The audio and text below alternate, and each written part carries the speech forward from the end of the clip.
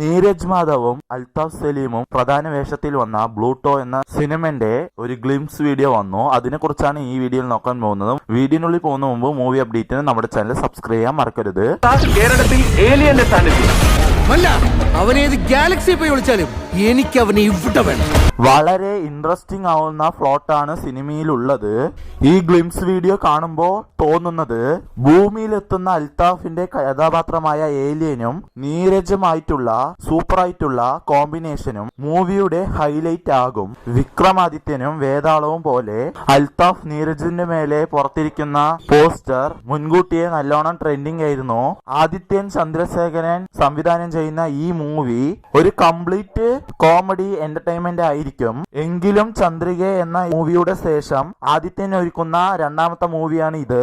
നിയാസ് മുഹമ്മദ് ആണ് കഥ തിരക്കഥ എല്ലാം ബ്ലൂട്ടോന്റെ നിർവഹിക്കുന്നത്. മലയാളത്തിൽ അപൂർവമായി കൈകാര്യം ചെയ്യുന്ന ഈ ഏലിയൻ ജോർണലിലേക്ക് ഈ ചിത്രം പുതിയൊരു വഴിത്തിരിവാകും. ഈ ബ്ലൂട്ടോ എന്ന സിനിമയ്ക്ക് ആരെല്ലാം വെയിറ്റിംഗ് എന്ന് നിങ്ങൾ കമന്റ് ബോക്സിൽ കമന്റ് ചെയ്യാൻ മറക്കരുത്.